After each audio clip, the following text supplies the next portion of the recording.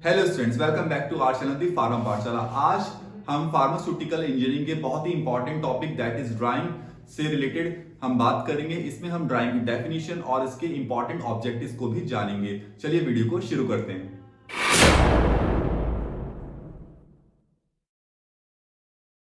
So students, first drying की definition. So drying is a mass transfer process in which water or other solvent is removed by evaporation. So basically student, drying में क्या होता है कि एक ये मास transfer process होती है। तो मास ट्रांसफर प्रोसेस क्या होती है वो हम इस डायग्राम से देखेंगे। यहाँ पे हमने एक बर्नर लिया है और उसके ऊपर बीकर रखा हुआ है। बर्नर से हीट निकल रही है, इसे हम हीट सोर्स भी बोलेंगे। जब ये हीट इस बीकर को गर्म करना शुरू करती है तो इस प्रोसेस को हम बोलते हैं हीट ट्रांसफर। ठीक है स्टूडेंट, फिर आफ्टर सम टाइम हम देखते हैं कि जो इसके अंदर का लिक्विड है जिसमें सॉलिड मिक्स है वो गर्म होना शुरू हो जाता है और जैसे ही टेम्परेचर इंक्रीज होगा ये वेपर फॉर्म में कन्वर्ट होकर के एनवायरनमेंट में रिलीज हो जाएगा। ठीक है, तो इस मॉइस्चर को जो हमारे सॉलिड में से रिमूव हो रहा है और एनवायरनमेंट में जा रहा है उसको हम बोलेंगे मास ट्रांसफर, क्योंकि उस मॉइस्चर की कुछ ना कुछ क्वांटिटी होगी, कुछ ना कुछ वॉल्यूम होगा। तो उस टोटल वॉल्यूम को जब हम ट्रांसफर करते हैं, क्वांटिटी को ट्रांसफर करते हैं, that is known as mass transfer. So that's why it is called mass transfer process.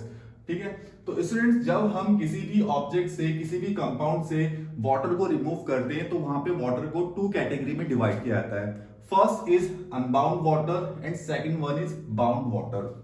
तो अनबाउंड वाटर क्या होता है, तो इसको हम इस तरीके से समझेंगे कि जैसे हम हैंड वॉश करके आते हैं। हैंड वॉश करने के बाद आप देखते होंगे कि हमारे हाथ गीले होते हैं, देन हम उसको टॉवेल पे हम उसको पोंछ लेते हैं। ठीक है, तो वो क्या है, अनबाउंड वाटर है जो कि हमारी सरफेस पे रहता है, चाहे वो पाउडर हो, सॉलिड हो या कोई भी टैबलेट या कोई भी सॉलिड डोजेस फॉर्म हो। तो उसको हम क्या बोलेंगे, अनबाउंड वाटर, जो कि सरफेस पे होगा, जिसको आप इजी वे में या इजिली रिमूव कर सकते हैं। ठीक है, सो the moisture or water that is present on the surface is called unbound water.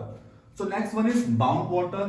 Bound water क्या होता है स्टूडेंट, कि जो वाटर बेसिकली अब जो हमारा ऑब्जेक्ट होगा उसकी कैपिलरीज में होगा, मींस इनर सरफेस पे होगा, वो अपर सरफेस पे ना होकर के इनर सरफेस पे होगा, that is known as bound water. और इस बाउंड वाटर को निकालना बहुत ही मुश्किल होता है। मींस अगर हमें बाउंड वाटर को निकालना है तो हमें बहुत ज्यादा टेम्परेचर देना होता है या हमें स्पेशल टेक्निक्स का यूज करना होता है जिसमें हम प्रेशर डिफरेंस को बनाते हैं, तो वहां पे बाउंड वाटर को निकाल सकते हैं। लेकिन इस पूरी की पूरी प्रोसेस में मे भी हमारा प्रोडक्ट डिग्रेड हो जाए, तो इसीलिए बाउंड वाटर को निकालना बहुत ही टिपिकल होता है और साथ ही साथ हमारा प्रोडक्ट भी डिस्ट्रॉय हो सकता है। सो द मॉइस्चर और the water that is present inside the capillaries is bound water. तो स्टूडेंट यहाँ पे एक वर्ड यूज किया जा रहा है, कैपिलरीज। कैपिलरीज क्या होती है, कोई भी ऑब्जेक्ट हो, कोई भी कंपाउंड हो, उसमें बिल्कुल टाइनी पाइप लाइक स्ट्रक्चर, बिल्कुल थिन पाइप लाइक स्ट्रक्चर होती है जहां से कोई भी मॉइस्चर बाहर निकलेगा, that is known as capillary. तो इस तरह की स्ट्रक्चर आपको देखने के लिए मिलेगी, इनको बोलते हैं हम कैपिलरीज। ये स्ट्रक्चर आपको कैसे, माइक्रोस्कोप से या माइक्रोस्कोपियल स्ट्रक्चर भी बोलते हैं। तो यहां से जब वाटर या मॉइस्चर मूव करेगा, दैट इज नोन एज, इनको बोलते हैं हम कैपिलरी एक्शन या capillaries. So next is objectives of drawing. So students जब हम ड्राइंग प्रोसेस करते हैं तो इसके क्या क्या ऑब्जेक्टिव्स होने चाहिए। So basically there are different types of objectives are available in our pharmaceutical industry.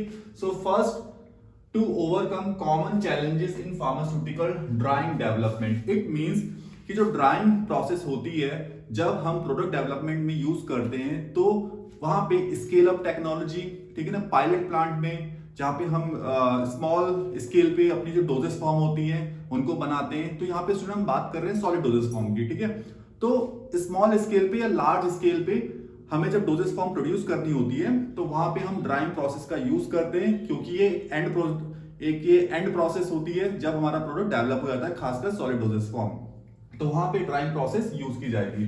To understand drawing development, जब हम ड्राइंग प्रोसेस यूज करते हैं तो हमें ये पता होना चाहिए कि जो हमारा प्रोडक्ट है वो कितने टाइम में ड्राई हो जाएगा या उस ड्राइंग का हमारे प्रोडक्ट के ऊपर क्या इंपैक्ट पड़ेगा। तो इस तरीके से प्रोडक्ट डेवलपमेंट में भी ड्राइंग प्रोसेस हेल्प करती है। तो ये हमारा मेन ऑब्जेक्टिव होना चाहिए। Next one is to encourage the technological advancement. It means कि जो ड्राइंग प्रोसेस है, अब हमारे पास जो ड्राइंग प्रोसेस है वो एंशिएंट से अभी एडवांस लेवल पे हम आ चुके हैं।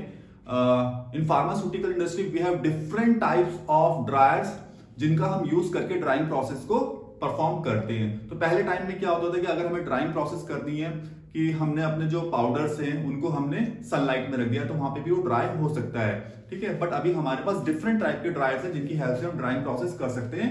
तो ड्राइंग प्रोसेस करने से या ड्राइंग में आने वाली प्रॉब्लम से हम जो लेटेस्ट इक्विपमेंट है हम उनको बना रहे हैं। तो टेक्नोलॉजी एडवांसमेंट में भी ड्राइंग हमें हेल्प करती है।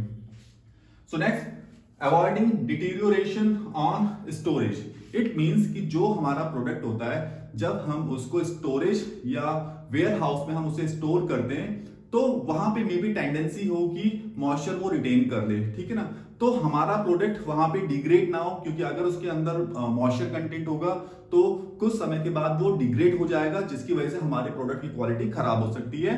तो इसीलिए उसको जब मैन्युफैक्चरिंग हो जाती है तो उसके बाद लास्ट में ड्राई करना जरूरी होता है जिसकी वजह से उसका मॉइस्चर रिमूव हो जाए और वो प्रोडक्ट खराब ना हो। Next one is designing of dryer. Drawing process students हमें हेल्प करती है कि जो न्यू इक्विपमेंट्स होते हैं उनको कैसे डिजाइन किया जाए, क्योंकि अभी आपने देखा था कि हमारे पास टू टाइप्स जो थे वाटर प्रेजेंट थे, बाउंड और unbound.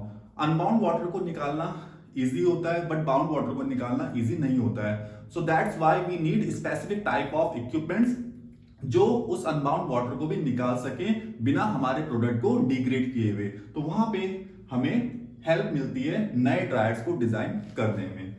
So next objective is to understand the impact of factors.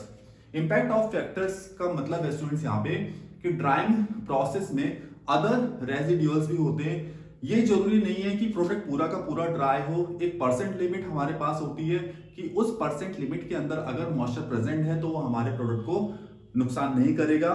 तो वहां पे हम ड्राइंग प्रोसेस यूज करके ये भी पता लगा सकते हैं कि कितनी परसेंट मॉइस्चर हमारे प्रोडक्ट के अंदर नेसेसरी है जो कि हमारे प्रोडक्ट को नुकसान नहीं करेगा। So student, this is the complete overview of drawing and it's objective. अगर आपको इससे रिलेटेड कोई भी डाउट्स हो तो जल्दी से कमेंट सेक्शन में मेंशन करें, मैं इसके आंसर आपको जल्दी ही दूंगा। और अगर आपको इससे रिलेटेड नोट्स चाहिए तो डिस्क्रिप्शन में दिए हुए टेलीग्राम के लिंक पर क्लिक करें और जल्दी से टेलीग्राम चैनल को भी फॉलो करें और वहां से आपको सारे के सारे पीडीएफ अवेलेबल हो जाएंगे। तो तब तक के लिए कीप लाइक और subscribe our channel the pharma Pathshala. Stay healthy.